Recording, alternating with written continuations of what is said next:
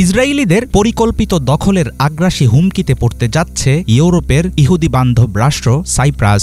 গত 4 বছরে দেশটিতে হাজার হাজার রিয়েল এস্টেট ও জমি কিনেছে ইসরায়েলের নাগরিকেরা। বিভিন্ন সেনাঘাঁটি, উপকূলীয় জোন ও গুরুত্বপূর্ণ অবকাঠামোর কাছে পিঠে সম্পত্তি কেনার এমন প্রবণতা উস্কে দিচ্ছে উদ্বেগ ও আশঙ্কা। পরিস্থিতি মোকাবেলায় নতুন আইন জারির দাবি তুলেছে সাইপ্রাসের বামপন্থী রাজনৈতিক দল আকেল। স্থানীয় সংবাদ মাধ্যম সাইপ্রাস মেইলের এক রিপোর্টে উঠে এসেছে এসব তথ্য।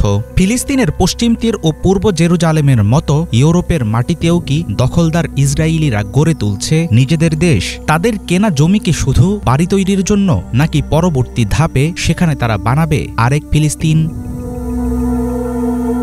দ্বীপরাষ্ট্র সাইপ্রাসে ইউরোপীয় ইউনিয়নের বাইরের দেশগুলোর নাগরিকদের জমি কেনার ব্যাপারে নানা রকম বিধিনিষেধ আছে, কিন্তু গোল্ডেন ভিসা নামের বিশেষ সুবিধার সুযোগ নিচ্ছে সেখানকার ইসরায়েলিরা। মাত্র 3 লাখ ইউরো বিনিয়োগ করে তারা পেয়ে যাচ্ছে সাইপ্রাসে বসবাসের অধিকার। বর্তমানে লারনাকা ও লিমাসোলের মতো বড় বড় শহরগুলোতে তৈরি হচ্ছে ইহুদি অধ্যুষিত আলাদা কমিউনিটি, যেখানে কেবল ইসরায়েলিরাই বসবাস করে। এসব এলাকায় তৈরি হচ্ছে নিজস্ব শিক্ষা প্রতিষ্ঠান ও ধর্মীয় প্রার্থনা কেন্দ্র। নিরাপত্তার কড়াকড়ি থাকায় স্থানীয় বাসিন্দারাও সেসব এলাকায় সহজে প্রবেশ করতে পারে না। ফিলিস্তিনের পশ্চিম তীর ও জেরুজালেমে একসময় ইসরায়েলিদের সংখ্যা ছিল নগণ্য। প্রথমে জমি কিনে সেখানে বসতি করে তারা, তারপর আসে নিরাপত্তা বাহিনী ও চেকপোস্ট। একসময় পুরো এলাকা চলে যায় তাদের দখলে। সাইপ্রাসে ইসরায়েলি নাগরিকদের জমি ও সম্পত্তি কেনার হার ধারণ করেছে তীব্র আকার। দেশটির বামপন্থী দল আকেল সরাসরি সতর্ক করে বলছে, এভাবে চলতে থাকলে নিজ ভূখণ্ডের মালিকানা হারাবে সাইপ্রাসের জনগণ। পরিকল্পিত এমন জমি কেনাবেচার বিষয়টিকে দেশের জন্য গভীর নিরাপত্তা হুমকি বলেও মনে করছে সাইপ্রাসের অনেক রাজনীতিবিদ।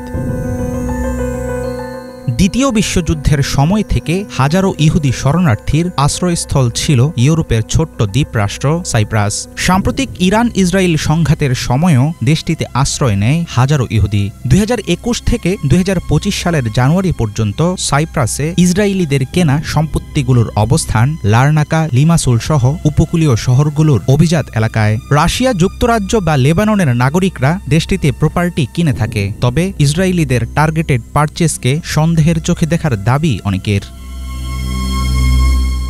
বিদেশি নাগরিকেরা স্পেন, ইতালি বা জার্মানি সহ ইউরোপের নানা দেশে সরকার নির্ধারিত পরিমাণের চাইতে বেশি জমি কিনতে পারে না, কিন্তু সাইপ্রাস এখনও নীতিগতভাবে দুর্বল। সম্প্রতি দেশটির গোল্ডেন ভিসা কঠোর করা এবং ইউরোপীয় ইউনিয়নের বাইরের কোনো রাষ্ট্রের নাগরিকদের জন্য সম্পত্তি কেনার বিষয়টি কঠোরভাবে নিয়ন্ত্রণে পার্লামেন্টে বিল উঠিয়েছে আকেল পার্টি। তাদের দাবি, জাতীয় নিরাপত্তার জন্য স্পর্শকাতর অঞ্চলগুলোর আশেপাশেই সম্পত্তি কিনছে ইসরায়েলিরা। এমন পরিস্থিতিতে রাজনীতিবিদ ও সমালোচকদের প্রশ্ন, ধাপে ধাপে জমি কেনার মধ্য দিয়ে আগামীতে ইসরায়েলিদের হাতেই কি চলে যাবে সাইপ্রাসের একাংশের নিয়ন্ত্রণ?